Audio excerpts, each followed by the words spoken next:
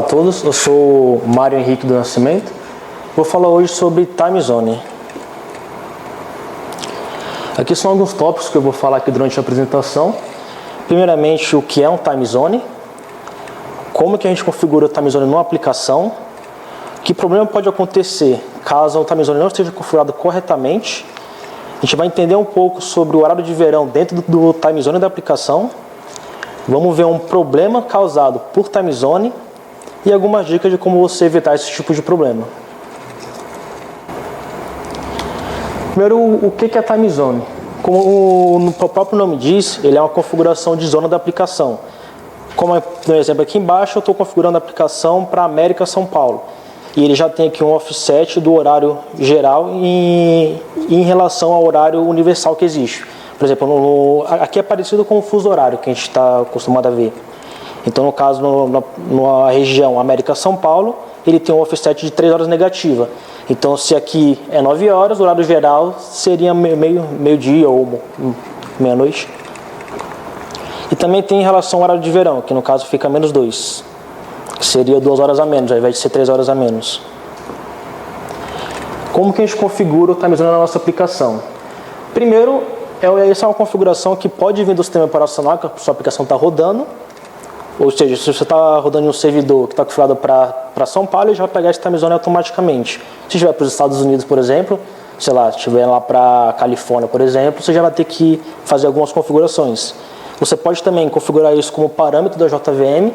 Assim que você inicia a JVM, você pode falar para ela que para ela iniciar com o time zone de América São Paulo. Isso é quando você não tem muito acesso ao sistema operacional. Então você pode fazer essa segunda configuração.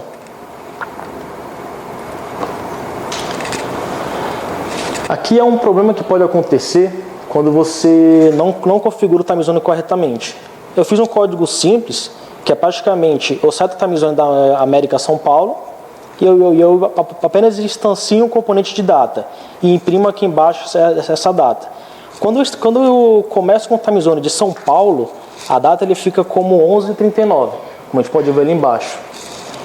Caso o time zone da aplicação tiver, por exemplo, África, a gente já tem um resultado muito diferente, que no caso, na África, esse mesmo componente de dado que a gente instanciou, vai estar com um horário diferente da região que você está. Então, aqui a gente já consegue perceber o seguinte: se a gente está usando uma aplicação que ela é em São Paulo, que a gente está utilizando aqui no Brasil, a gente tem os time zones ali limite no Brasil, e a gente está usando uma aplicação que está utilizando um time zone diferente, a gente vai ter dados gerados em horas diferentes, vai ter diversas informações que vão estar inconsistentes. Agora eu vou falar um pouco sobre como que entra o horário de verão dentro desses time zones. Inicialmente, como eu mostrei que o horário de verão, quando a gente está no time zone da América São Paulo, ele é -2. Então, por exemplo, aqui eu criei um componente de data, colocando como o ano de 2019, o mês está 10 aqui, mas ele vai carregar como 11. Porque é assim que o calendário no normal ele funciona. Então aqui o que eu fiz? Primeiramente eu imprimi uma data, que no caso ali, dia 2/11/2019, que esse aqui é o dia que você vai virar para o horário de verão. Quando você adiciona um dia para essa data, você ganha automaticamente 1 hora na próxima data. Então você vê que o time zone ele já se comporta corretamente em relação ao horário de verão. E aqui é quando acontece a saída do horário de verão. Então eu criei de novo um componente de data, eu setei ali para o dia 15/2/2020, e ao final desse dia é quando ocorre aquele de você tirar 1 hora do seu relógio, voltar o seu relógio 1 hora. Aqui igualzinho, se eu acrescentar 24 horas a esse dia 15, você vai ver que ele vai ficar como dia 15 às 23 horas. Então você vê que ele respeita corretamente o horário de verão. A princípio, isso você pode chegar como uma coisa muito boa.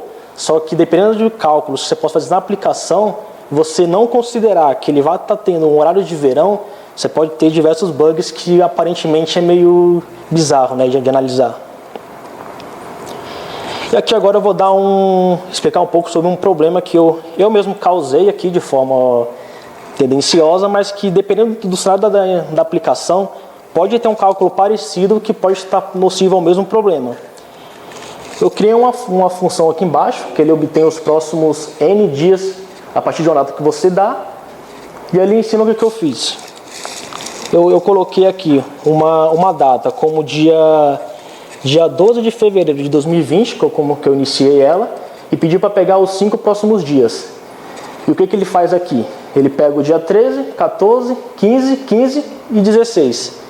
Dependendo disso daqui, se na sua aplicação você espera que realmente viesse os próximos exatos 5 dias, você já causou um bug. Digamos que você fosse criar fatura ou criar qualquer coisa para daqui 5 dias, ou uma para cada um dos próximos 5 dias.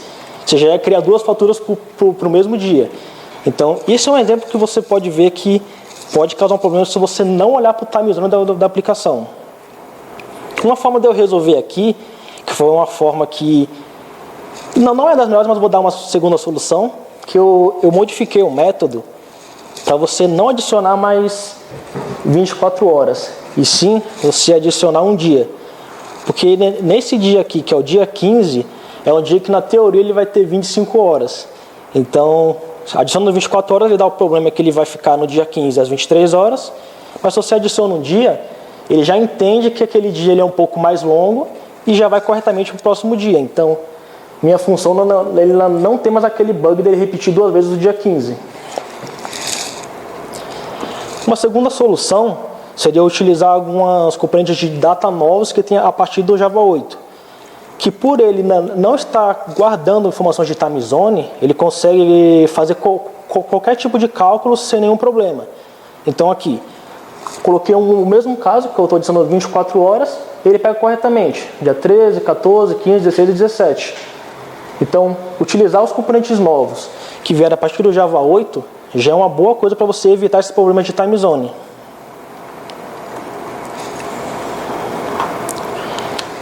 E aqui a gente tem algumas dicas, que tudo que a gente pode fazer para evitar que esses problemas possam acontecer. Primeiro, é você configurar corretamente o seu ambiente. Se você está em São Paulo, sua aplicação é daquele time zone ali, de São Paulo, Brasília, do Brasil, tem que configurar corretamente esse time zone. Segundo, se a gente utilizar componentes um pouco mais antigos, por exemplo, o date do UTIS ou do SQL, que normalmente a gente utiliza o calendar, igual eu fiz aqui anteriormente, que eu utilizei o calendar para fazer alguns cálculos, a gente tem que tomar cuidado para ver se ele não vai sofrer alguma alteração no cálculo em relação ao time zone da aplicação.